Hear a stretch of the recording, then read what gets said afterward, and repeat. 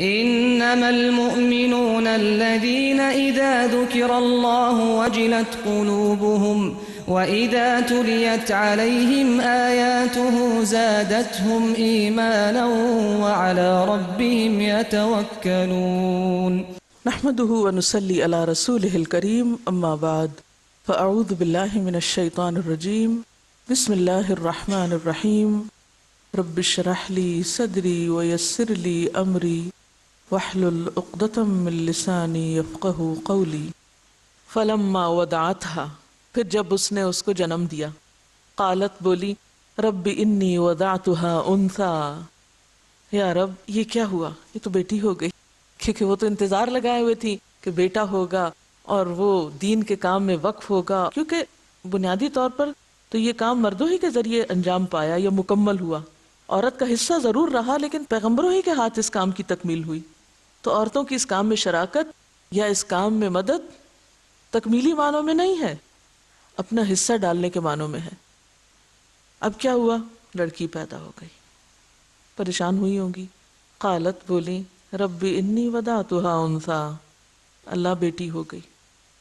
ایک آج کی عورت کے پاس بیٹی ہو تو وہ بھی یہی کہتی ہے رب بیٹی ہو گئی، اب میرا کیا بنے گا، لیکن ان کا یہ کہنا اس معنی میں نہیں تھا، وہ اس لیے غم نہیں کھا رہی تھی جیسے آج کی عورت بیٹی کے ہونے پہ غم کھاتی، وہ آخرت کے لیے نہیں سوچ رہی کہ بیٹی پیدا کرنے والی کو آخرت میں کتنا بڑا انعام ملے گا، کہ جس نے 3 بیٹیوں کو جنم دیا، ان کی تربیت کی، پڑھایا لکھایا اور انہیں اپنے انجام تک پہنچایا، ان کی شادی کر دی، تو اس کے لیے جنت۔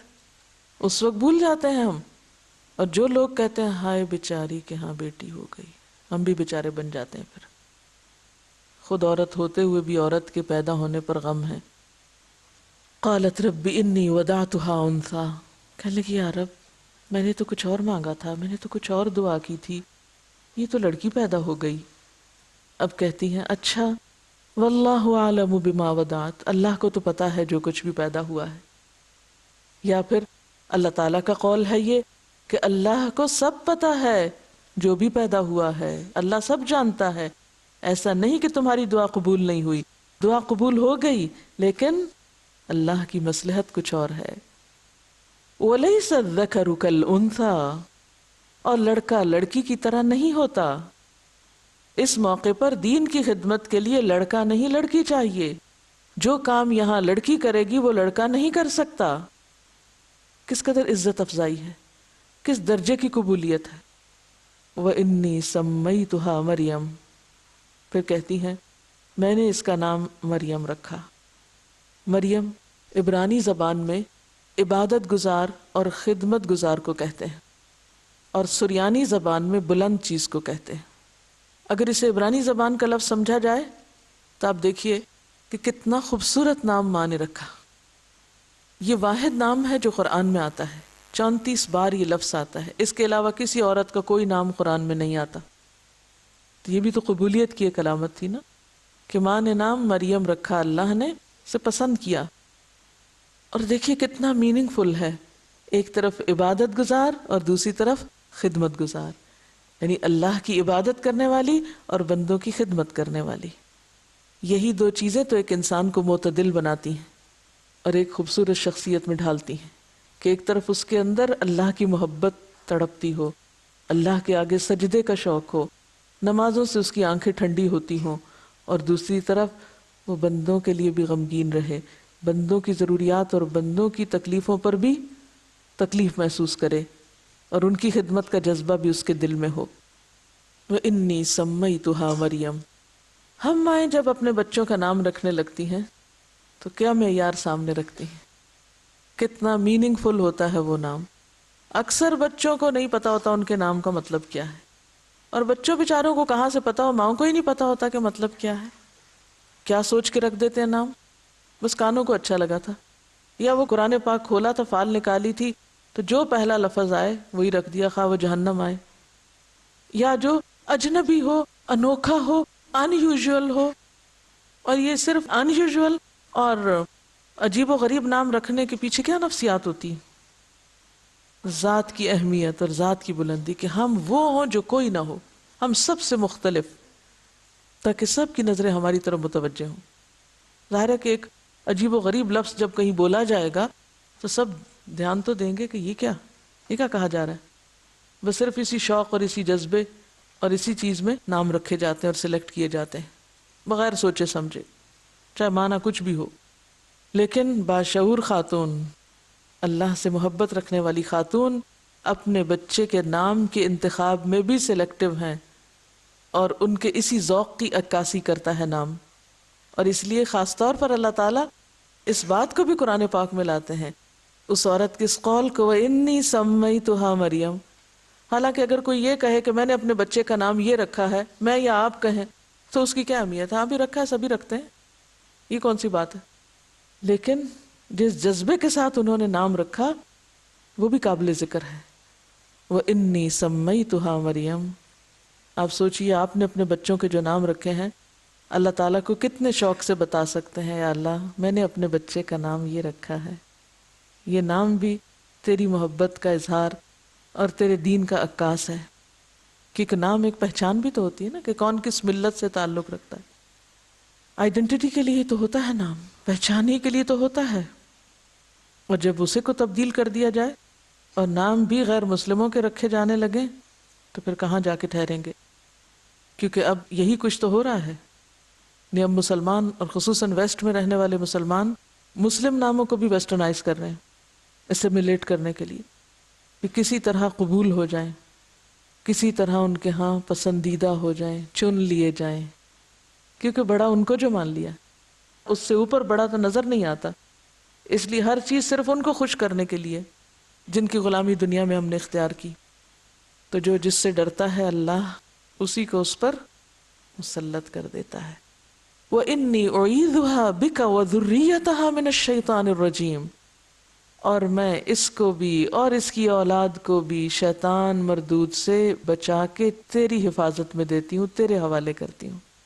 یہ ہے باشعور عورت، سمجھدار خاتون، سینسیبل لیڈی. کتنی دور رس ہے ان کی نگاہ، کتنا دور اور آگے کا سوچتی ہیں. صرف نام رکھ کے خوش نہیں ہو جاتی کہ بس نام رکھ دیا کافی ہے. ہم تو اپنا نام سائمہ رکھ کے سیلف کنٹرول بھول جاتے ہیں. نام سائمہ ہے، کوئی صبر والی بات نہیں اندر. ساجدہ رکھ کے نماز بھول جاتے ہیں. حاجی کہلانا ضرور پسند کریں گے خواہ حج کی روح اندر آئی ہو یا نہ آئی ہو. لیکن یہاں آپ دیکھیے کہ ایک طرف نام رکھا اور نام رکھ کے اب فکر کر رہی ہیں تربیت کی فوراً ہی کہ اللہ نام بھی رکھ دیا، تیری نظر بھی کر دیا، سب ٹھیک ہے، لیکن کیا ہوگا جب شیطان اس پر حملہ آور ہوگا تو یہ تیری بندی کیسے بنے گی. تو یا اللہ اس کو دشمن سے محفوظ رکھنا. ہر ماں اپنے بچے کو نقصان دہ چیزوں سے محفوظ رکھنا چاہتی ہے. اور اس کی مثال آپ فطرت میں بھی دیکھیے کہ مرغی اپنے چوزوں کو فوراً پروں تلے لے لیتی ہے جب وہ کسی دشمن کو آتا دیکھتی، بلی کو آتا دیکھتی کہ جو اس کے بچوں کو کھا سکتا ہے. ایک مرغی کے اندر یہ سینس ہے. ایک بلی بچوں کو اٹھائے اٹھائے ساتھ گھر پھرتی ہے محفوظ مقام دلانے کے لیے اور تربیت دے رہی ہوتی ہے کہ کہاں کہاں گھومنا پھرنا ہے، تم کو چلتے پھرتے ٹریننگ دے رہی ہوتی. اور ایک مسلمان ماں غافل اپنے بچوں کے دشمنوں سے کہ کون ان کے بچوں کو بہکا سکتا ہے، کون ہے جو ان کو اچک سکتا ہے، کون ان کے نظریات کو بگاڑ سکتا ہے. فکر ہی نہیں، پریشانی ہی نہیں کہ دشمن کون ہے ان کا. وہ دشمن سمجھتے ہیں ساس کو، دشمن ہے نند کہ اس کے پاس نہ جانا، اس کے پاس نہ جانا. گھریلو سیاستیں، حالانکہ وہ تو خون کے رشتے ہیں، وہ کہاں سے ایسے دشمن ہو سکتے ہیں. لیکن جو اصل دشمن ہے، مہذب دشمن، ان کی طرف سے غافل ہیں، بے فکر ہیں. کہاں جاتے ہیں، کیا دیکھتے ہیں، خود بٹھاتے ہیں ٹیلی ویژن کے آگے کھانا کھلانے کو، جان چھڑانے کو. وہ اسکول میں کیا سیکھتے ہیں، کیا پڑھتے ہیں، ان کے دوست کون ہیں، ان کا وقت کس کام میں گزرتا ہے. ہم میں سے کتنے لوگوں کو فکر ہے اپنے بچوں کی سوچ اور نظریات کی حفاظت کی کہ ان کے اسلام کا حال کیا ہے، وہ کس ماحول میں رہتے ہیں اور اس کا توڑ مجھے کس طرح کرنا ہے. اور یہاں یہ باشعور عورت کیا کہتی ہے، وَإِنِّي أُعِيذُهَا بِكَ. اللہ میں تو بے بس ہوں، کمزور ہوں، میں اس کو تیرے حوالے کر رہی ہوں. اور صرف اس کو نہیں، اس کی اولاد کو. کتنی دور رس نگاہ ہے کہ صرف وہ نہیں، بچوں کی بھی فکر ہے ایسی ہی مائیں تو پھر چنی جاتی ہیں نا کہ جو آئندہ نسلوں کی فکر کر رہی ہے. ہم میں سے کتنے لوگ آئندہ نسلوں کی فکر کرتے ہوں؟ ہم تو اپنے بچوں کی فکر نہیں کرتے تو بچوں کے بچوں کی فکر کہاں سے پالیں گے؟ وہ فکر کہاں سے لائیں گے کہ یہ کدھر کو جائیں گے؟ اسی لیے تو جب شادی کرتے ہیں بچوں کی، یہ تھوڑی دیکھتے ہیں کہ ساتھی ان کو دیندار دے رہے ہیں یا بے دین ہے. اگر ہمیں اپنے بچوں کی آئندہ نسلوں کی فکر ہو تو ہم صرف حور پری کے انتخاب میں تو نہ مارے مارے پھریں جوتیاں چٹکھاتے. ہمیں اگر اپنے بچوں کے لیے لڑکی کو دیکھنا ہے تو کیا دیکھتے ہیں؟ سنت کے مطابق یہی کہ فاظفر بذات الدین تربت یداک. کتنی سخت ڈانٹ ہے، تربت یداک، تمہارے ہاتھ خاک آلود ہوں. دین والی کو دیکھو، وہ آئے گی تو نسلیں دین پر قائم رہیں گی. اگر صرف ایک بیٹے کے پوجنے کے لیے بت ہی اٹھا لائے خوبصورت سجا ہوا اور صرف اسی کے پیچھے جیے، یہی آئیڈیل بن گیا، تو نسلوں کا کیا ہوگا؟ کس کی گود میں بچے پلیں گے؟ لیکن اس کی فکر کتنے لوگوں کو ہے؟ دیندار بھی خود کو کہتے ہیں دیندار لڑکی چاہیے بیٹے کے لیے، اور پھر کہتے کچھ ہے کرتے کچھ ہے. پھر لمبی بھی چاہیے، پھر خوبصورت بھی چاہیے، پھر جہیز والی بھی چاہیے. دنیا کے معاملے میں ہماری نگاہ بہت دور رس ہے کہ ہاں لڑکی کے رشتہ داروں میں سے کون کون کس عہدے پر ہے، کہاں سے کیا کام نکلوا سکتے ہیں، وہ سب سوچ سکتے ہیں. لیکن اس کے اندر خدا کا خوف کتنا ہے، تقویٰ کتنا ہے، اس کا اخلاق کیا ہے، اس کے معاملات کیا ہیں، اس کی کوئی فکر نہیں. لیکن یہاں ان کو دیکھیے تو وہ صرف اپنے بچے کو نہیں، بچے کے بچوں کو بھی شیطان سے بچانے کی دعا کر رہی ہیں. وَإِنِّي أُعِيذُهَا بِكَ وَذُرِّيَّتَهَا مِنَ الشَّيْطَانِ الرَّجِيمِ. یا اللہ اس بڑے دشمن سے محفوظ رکھنا. اب آپ دیکھیے اللہ تعالیٰ قبول کیسے کرتے ہیں یہ دعائیں اور یہ فریادیں اور یہ تڑپ. فَتَقَبَّلَهَا رَبُّهَا بِقَبُولٍ حَسَنٍ. اللہ نے اس کو بہت خوبصورتی سے قبول کیا، بہت اچھے سے قبول کیا، اس کی ساری باتیں سن لی، اس کے سارے جذبات کی قدردانی کی. وَأَنبَتَهَا نَبَاتًا حَسَنًا. وہ بچی بھی قبول کر لی، ماں کے جذبات بھی قبول کیے، اور اس بچی کی بہت عمدہ پرورش کا انتظام کیا. یہ عمدہ پرورش ابتدا میں تو ظاہر ہے ماں کی گود میں ہوئی، لیکن جو ہی بچی کچھ بڑی ہوئی اسے ہیکل میں بھیجا گیا. ماں نے اپنے سے الگ کر دیا کیونکہ وقف کرنے کا جو سوچا تھا. روایات میں آتا ہے کہ جب وہ ہیکل میں بھیجی گئی تو وہاں اس سے پہلے کوئی تصور ہی نہ تھا کہ کوئی لڑکی ہیکل میں پلے. عبادت گاہ، یا آپ سمجھیے کہ جیسے ہمارے یہاں خانہ کعبہ ہے تو اسی طرح ہیکل سلیمانی کا آپ نے سنا ہوگا، عبادت گاہ، مسجد کہہ لیجئے.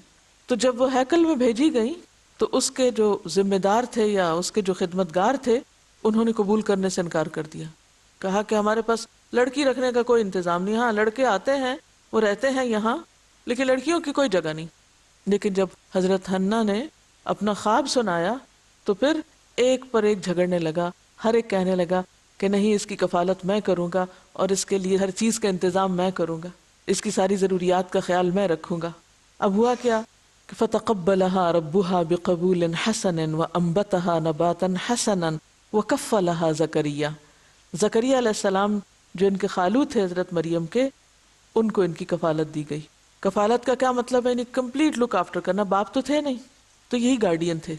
کلما دخل علیہا زکریا المحراب، جب کبھی زکریا علیہ السلام محراب میں ان پہ داخل ہوتے، حضرت مریم کے پاس جاتے، وجد عندہا رزقا، تو وہ ان کے پاس پہلے سے ہی رزق پاتے. اب رزق کا معنی بہت وسیع ہے، اسی لیے مفسرین نے اس میں کئی معنی بیان کیے. بعض کہتے ہیں کہ اس سے مراد بے موسمی پھل ہیں یا ضرورت کی تمام چیزیں جو غائبانہ طور پر اللہ کے ہاں سے ان کو پہنچتی تھی. یعنی مثلاً آپ یوں سمجھیے سمپل ورڈز میں کہ اگر زکریا علیہ السلام کی ڈیوٹی تھی کہ وہ کھانا ان کو پہنچائیں تو جب وہ لے کے پہنچتے تو وہ تو پہلے ہی موجود ہوتا. اور رزق کا ایک معنی علم و حکمت بھی کیا گیا کہ جب وہ ان کے پاس جاتے، ان سے تبادلہ خیال کرتے، ان کے ساتھ کوئی بات ڈسکس کرتے تو ان کے پاس بہترین علم و حکمت کی باتیں پاتے. اور کہا جاتا ہے کہ ان کے پاس صحیفے ہوتے اور علم کی چیزیں ہوتے، کیونکہ قرآن پاک میں ایک اور جگہ پر آتا ہے وَصَدَّقَتْ بِكَلِمَاتِ رَبِّهَا وَكُتُبِهِ، کہ مریم علیہ السلام نے اپنے رب کے کلمات، اپنے رب کی باتوں کی تصدیق کی تھی اور اللہ کی کتابوں کی. تو یہاں رزق سے مراد وہ کتب ہیں جو ان کو دی گئیں، یعنی ان تک پہنچائی گئیں، چاہے وہ پچھلے انبیاء کے صحیفے تھے یا اللہ تعالیٰ نے ان کے دل میں باتیں ڈالی تھی. کلما دخل علیہا زکریا المحراب وجد عندہا رزقا قال یا مریم انا لکی ھذا. زکریا علیہ السلام جو ایک پیغمبر ہیں وہ پوچھتے ہیں مریم یہ کہاں سے آیا تمہارے پاس؟ وہ حیران ہوتے ہیں قالت هو من عند اللہ، وہ کہتی ہے اللہ کی طرف سے آیا ہے، یہ اللہ کے پاس سے آیا ہے۔ عام طور پر ہم اپنی اولادوں کو دین کی خدمت کے لیے کیوں نہیں وقف کر سکتے، کیوں نہیں چھوڑ سکتے؟ اس خوف میں وہ کھائیں گے کہاں سے، ان کی شادی کہاں ہوگی، ان کی دنیا کہاں سے بنے گی، اسی پریشانی میں تو رہتے ہیں، اس لیے دل کی خوشی سے نہیں ان کو آگے جانے دیتے۔ ہم خود تو کیا، اگر بچوں کے دل میں دین کا شوق آ بھی جائے تو اس کی بھی پرواہ نہیں کرتے۔ یعنی ایک تو یہ نا، ہم چاہیں اللہ ہمارے بچے دین کی طرف نکلیں، اور بچے کو سن کے نہیں دیتے، اور نماز پڑھنے کو تیار نہیں، تو ہم ان کو کہاں سے وقف کریں گے؟ سوچے نا، ایسے بگڑوں تگڑوں کو آپ کہاں وقف کر سکتی ہیں؟ لیکن افسوس یہ کہ جن بچوں کے دل میں خود سے بھی خیال آ جائے کوئی دین کی خدمت اور کام کا، تو ماں باپ ہی نہیں نکلنے دیتے۔ وہ کہتے نہیں، تمہارا کیا بنے گا، تمہاری تو دنیا ختم ہو کے رہ جائے گی، کیونکہ توکل ہی نہیں، بھروسہ ہی نہیں نا اللہ کی ذات پر۔ اور یہاں آپ دیکھیں کہ بھروسہ کرنے والی ماں ہے، ایمان والی ماں ہے، توکل ہے، یقین ہے اس کا، لہٰذا وہ جب وقف کرتی ہے تو اللہ تعالیٰ غیب سے انتظام فرماتے ہیں، اور یہ اللہ کا وعدہ ہے۔ وَمَن يَتَّقِ اللَّهَ يَجْعَل لَّهُ مَخْرَجًا وَيَرْزُقْهُ مِنْ حَيْثُ لَا يَحْتَسِبُ وَمَن يَتَوَكَّلْ عَلَى اللَّهِ فَهُوَ حَسْبُهُ إِنَّ اللَّهَ بَالِغُ أَمْرِهِ۔ جو اللہ کا تقوی اختیار کرے گا، کیونکہ ہم تقوی کے بغیر اللہ کے انعام چاہتے ہیں، جو اللہ کا تقوی اختیار کرے گا اللہ اس کے لیے ہر مشکل سے نکلنے کا راستہ بنائے گا۔ یہ اللہ کا وعدہ ہے، ساری مشکلات دور ہوں گی، اور اس کو وہاں سے رزق دے گا جہاں سے وہ سوچے گا بھی نہیں، اس کے خیال سے بھی نہیں گزرا ہوگا۔ لیکن یہ رزق کون لے؟ ہم تو سمجھتے ہیں ہر چیز وہ حقیقت ہے جو ہمارے ہاتھ میں ہے، صرف اس پر ایمان ہے جو ہمارے ہاتھ میں ہے، جو ہماری آنکھیں دیکھتی ہیں، جس کو ہم محسوس کر سکتے ہیں، اس پہ تو ہم بھروسہ کر سکتے ہیں۔ لیکن نظر نہ آنے والے مستقبل میں خدا کی مدد پہ بھروسہ نہیں کر پاتے۔ یہی وجہ ہے کہ ہم دین کے لیے وہ قربانی نہیں کر پاتے جو مطلوب ہوتی ہے۔ ان اللہ یرزق من یشاء بغیر حساب، یقیناً اللہ رزق دیتا ہے جس کو چاہتا ہے بے حساب۔ رزق تو اللہ کے ہاتھ میں ہے، اور جو چیز اللہ کے ہاتھ میں ہے اس کی تو ہم فکر کرتے ہیں، اور جو اللہ نے ہم پہ ذمہ داری ڈالی ہے اس کے بارے میں ہم غافل ہیں، اس کی ہمیں کوئی فکر ہی نہیں کہ وہ کیسے پوری کرنی۔ ہمارا کام یہ تھا کہ ہم اپنی ذمہ داریاں پوری کرنے کی فکر کریں، اور باقی چیزیں اللہ پوری کرے گا۔ ہنالک دعا زکریا ربہ، ایسی کرامتیں دیکھ کر اور ایسا توکل دیکھ کر اور ایسی اللہ کی مدد غائبانہ دیکھ کر زکریا علیہ السلام نے بھی وہیں آن دا اسپاٹ دعا کی۔ یہ ہے سیکھنے کی بات، یہ ہے عبرت کی نگاہ۔ اچھا اللہ اس کو دے سکتا، مجھے بھی دے سکتا ہے۔ اور عملی مثالوں سے یقین میں اضافہ ہوتا ہے نا، یقین میں اضافہ ہوتا ہے۔ تو ان کے یقین میں اضافہ ہوا۔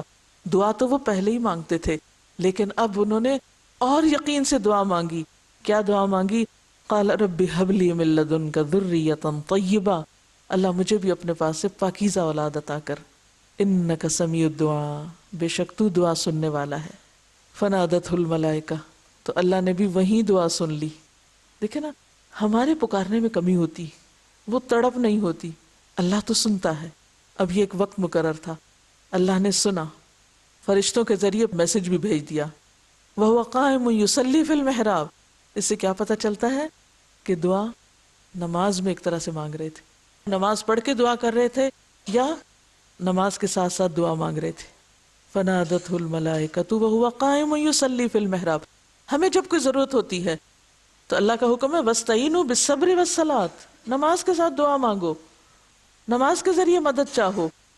لیکن ہم 1,00,000 کا وظیفہ کرنا آسان سمجھتے ہیں، 2 رکعت نماز ہم پہ بھاری ہوتی ہے، نماز نہیں پڑھتے۔ تو نماز ذریعہ ہے اللہ سے مدد مانگنے کا، اس لیے جب کوئی حاجت ہو، جب کوئی مشکل ہو، فوراً نماز کے لیے دوڑیں۔ نبی صلی اللہ علیہ وسلم کا طریقہ یہی ہوتا تھا، فوراً نماز کے لیے لپکتے تھے۔ تو زکریا علیہ السلام نے بھی جب دیکھا تو فوراً کھڑے ہو گئے اور اللہ سے دعائیں کرنے لگے اور نماز پڑھنے لگے۔ اللہ نے بھی وہیں خوشخبری بھیج دی، ان اللہ یبشرک بیحییٰ، اللہ تمہیں یحییٰ کی خوشخبری دیتا ہے۔ کون ہے یحییٰ؟ مصدقا بکلمۃ من اللہ، جو اللہ کی طرف سے کلمے کی تصدیق کرنے والا ہوگا۔ اشارہ ہے عیسیٰ علیہ السلام کی پیدائش کی طرف، ان کی آمد کی تیاری ہو رہی ہے، اور ان کی آمد سے پہلے اللہ نے تصدیق کرنے والا بھیج دیا۔ مصدقا بکلمۃ من اللہ وسیداً، اور سید ہوگا، سردار ہوگا، بزرگی کی شان والا ہوگا، وحسوراً، پاک باز ہوگا۔ کیسی زبردست کوالٹیز ہیں۔ حسور جو ہے حسر سے ہے، یعنی پاک دامن، پاک باز اور اپنے آپ کو روک کر رکھنے والا. وَنَبِيًّا، اور نبی ہوگا. مِنَ الصَّالِحِينَ، صالحین میں سے ہوگا، نیک لوگوں میں سے ہوگا. کیونکہ انہوں نے بھی تو دعا مانگی تھی ذُرِّيَّةً طیبہ کی، تو اللہ نے بھی ویسے ہی اس کو قبول کیا جیسے انہوں نے مانگا تھا. ہم میں سے اگر کسی کے پاس اولاد نہ ہو تو وہ اولاد کے لیے تو دعا کرتے ہیں لیکن نیک اولاد کی دعا کرنا بھول جاتے ہیں. تو یہ صرف ان کے لیے نہیں جو بے اولاد ہو، نارمل حالات میں بھی پاکیزہ اولاد کے لیے دعا کرنی چاہیے، نیک اولاد کی دعا کرنی چاہیے. کیونکہ اگر اولاد نیک ہو تو ہر چیز آسان ہو جاتی، اور اگر اولاد خدا کی نافرمان اور آپ کی نافرمان ہو تو زندگی کا ہر لطف ختم ہو کے رہ جاتا ہے.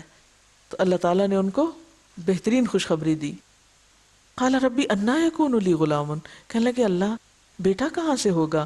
وقد بلغنی الکبر، میں تو بوڑھا ہو چکا ہوں. یہ تو ناممکنات میں سے لگتا ہے. اور پھر وامرأتی عاقر، اور میری بیوی بھی بانجھ ہو چکی ہے، وہ تو بچے پیدا ہی نہیں کر سکتی، تو بڑھیا ہو گئی. لیکن یقین دیکھیے، قال فرمایا کذالک اللہ یفعل ما یشاء، اسی طرح اللہ کرتا ہے جو چاہتا ہے، اللہ کے لیے کچھ مشکل نہیں. بات یہ کہ جب ہم دعا مانگتے ہیں نا تو پہلے ہم سوچ لیتے ہیں یہ ہو تو سکتا نہیں، چلو مانگ لیتے ہیں دعا، پورے یقین سے نہیں مانگتے. اور اب دیکھیے کہ یہ بے یقینی کی کیفیت تو ہر انسان میں آتی ہی ہے، دس از ویری نیچرل. اسی لیے حضرت زکریا کے دل میں بھی آئی، وہ تھوڑے حیران ہونے لگے. تو اللہ تعالیٰ نے ان کو تسلی دلائی کہ اللہ کے لیے کیا مشکل ہے. آپ بھی جب مانگا کریں تو اللہ تعالیٰ سے اسی طرح مانگا کریں. اللہ تعالیٰ میری نگاہوں کو، میری عقل کو یہ چیز مشکل لگتی ہے، آپ کے لیے کچھ بھی مشکل نہیں، آپ تو کر سکتے ہیں، آپ کریں. جتنا آپ کی دعا میں زور ہوگا اتنا ہی انشاءاللہ قبولیت میں اضافہ ہوگا، کیونکہ اللہ تعالیٰ غافل دل کی دعا نہیں سنتے. قال رب اجعل لی آیا، کہا اللہ تعالیٰ نشانی چاہیے. جیسے ابراہیم علیہ السلام نے اطمینان قلب کے لیے کیا کہا، وَلَكِن لِيَطْمَئِنَّ قَلْبِي، نشانی چاہیے. قال آیتک اللہ تکلم الناس ثلاثة ایام الا رمزا، فرمایا جب تم 3 دن تک بات نہ کر سکو تو سمجھنا کہ وعدہ پورا ہو گیا، دعا قبول ہو گئی. اور یہ اس طرف اشارہ ہے کہ جب اللہ نعمت دے تو انسان اور زیادہ اللہ کی طرف متوجہ ہو جائے. ہمارے ہاں کیا ہوتا ہے، جب بچے کی پیدائش کی خوشخبری ملتی ہے یا بچہ پیدا ہو جاتا ہے تو خوشی منانے کا ہمارا طریقہ کیا ہوتا ہے. خاص طور پر ہجڑے گھومتے پھرتے رہتے ہیں کہ کہاں بچہ پیدا ہوا ہے کہ شور ہنگامہ برپا کیا جائے. ہم خوشیاں کس طرح مناتے ہیں، گا بجا کے. لیکن اللہ والوں کی خوشی، اللہ کے دوستوں کی خوشی کس میں ہوتی ہے، اور اللہ کے ذکر میں، اور تسبیح. وَاذْكُرْ رَبَّكَ كَثِيرًا، کثرت سے اپنے رب کو یاد کرنا. وَسَبِّحْ بِالْعَشِيِّ وَالْإِبْكَارِ، اور صبح و شام اپنے رب کی تسبیح کرتے رہنا، بولنا کم، تسبیح زیادہ کرنا. اب کیا ہوا، بیچ میں بہت سے سال گزر گئے، مریم بڑی ہو گئیں، اب مریم بھی چنی جا رہی ہیں. وَإِذْ قَالَتِ الْمَلَائِكَةُ يَا مَرْيَمُ، جب فرشتے کہنے لگے اے مریم. فرشتوں نے حضرت مریم سے اسی طرح کلام کیا جس طرح اور پیغمبروں سے کلام کیا. یا مریم، اے مریم، ان اللہ اصطفاکی، بے شک اللہ نے تجھے چن لیا، اب تو چنی گئی، اب تو اس کے کام کی بن گئی. وطہرکی، اور تجھ کو پاک کیا. واصطفاکی، اور تجھے چن لیا. علی نساء العالمین، تمام جہان کی عورتوں پر تجھے ترجیح دی. تجھ سے وہ کام لینا مقصود ہے جو کسی اور عورت سے آج تک نہیں لیا گیا، کہ اپنی قدرت سے تجھے اولاد عطا کرے گا. وہ اللہ تعالیٰ کے خاص منصوبے کی تکمیل کے لیے تیار ہوئیں. اور اس موقع پر بھی اب تمہارا اخلاق کیا ہونا چاہیے اور تمہارا طرز عمل کیا ہونا چاہیے. یا مریم اقنتی لربکی واسجدی وارکعی مع الراکعین، جب چنے جاؤ تو اور زیادہ اللہ کے فرما بردار بن جاؤ، اور زیادہ جھک جاؤ، اور زیادہ عاجزی. قنوتی لربکی، رب کی فرما بردار بن جاؤ، اطاعت گزار ہو جاؤ. واسجدی، سجدوں کی کثرت کر دو، شکرانہ. ورکعی مع الراکعین، اور اجتماعی عبادت پر بھی توجہ رکھو. رکوع کرنے والوں کے ساتھ تم بھی رکوع کرو. اگرچہ وہ ہیکل میں تھی، اگرچہ وہ دنیا سے کٹی ہوئی تھی، لیکن پھر بھی کٹی ہوئی نہیں تھی. انہیں باجماعت نماز پڑھنے کا حکم دیا گیا. اب یہ کہاں پڑھتی تھی، وہ اسی ہیکل میں، گھر میں تو نہیں رہتی تھی، وہیں رہتی تھی. تو یہ کتنی بڑی دلیل ہے عورت کے باجماعت نماز پڑھنے پر. اگرچہ پچھلی شریعت کا عمل ہے لیکن ایک نمونہ تو موجود ہے. فَبِهُدَاهُ مُقْتَدِهْ وَارْكَعِ مَعَ الرَّاكِعِينَ. کیونکہ اجتماعی عبادت میں کیا ہوتا ہے؟ ایک اسٹرینتھ ملتی ہے انسان کو. کیونکہ اب مریم ایک آزمائش میں بھی ڈالی جانے والی تھی، اب ان پر ایک آزمائش آنے والی تھی. وہ جو پوری قوم میں ایک مقدس خاتون کی حیثیت سے جانی پہچانی جاتی تھی، اب ان پر اللہ تعالیٰ ایک ایسا بوجھ ڈالنے والا تھا کہ جس پر وہ بری طرح ہلائی جانے والی تھی. کسی عام لڑکی کے لیے بھی اس طرح اب شادی کے بغیر حاملہ ہو جانا بہت ہی تکلیف دہ مرحلہ ہو سکتا ہے، اور کہاں ایک اللہ والی کا کتنی بڑی آزمائش. ذَلِكَ مِنْ أَنْبَاءِ الْغَيْبِ نُوحِيهِ إِلَيْكَ. یہ سب غیب کی خبریں ہیں جو ہم آپ کی طرف وحی کر رہے ہیں. وَمَا كُنْتَ لَدَيْهِمْ إِذْ يُلْقُونَ أَقْلَامَهُمْ. آپ ان کے پاس نہ تھے جب وہ اپنی قلمیں ڈال رہے تھے، قرہ اندازی کر رہے تھے. أَيُّهُمْ يَكْفُلُ مریم، کہ مریم کی کفالت کون کرے گا. اب یہ بات شروع میں آنی چاہیے تھی لیکن آخر میں آئی. کیوں؟ تاکہ یہ بتایا جائے کہ وہ مریم جو ہر دل عزیز تھی، وہ مریم جو اپنی پاکیزگی اور تقدس میں معتبر تھی، اب اس مریم کی محبت کا امتحان ہے. وَمَا كُنْتَ لَدَيْهِمْ إِذْ يَخْتَصِمُونَ. اور آپ ان کے پاس نہ تھے جب وہ جھگڑ رہے تھے، آپس میں ایک دوسرے سے جھگڑ رہے تھے. ہر ایک کہتا تھا میں مریم کی خدمت کروں گا، میں اس بچی کا خیال رکھوں گا. وآخر دعوانا ان الحمد للہ رب العالمین. سبحانک اللہم وبحمدک، نشہد ان لا الہ الا انت، نستغفرک ونتوب الیک. السلام علیکم ورحمۃ اللہ وبرکاتہ.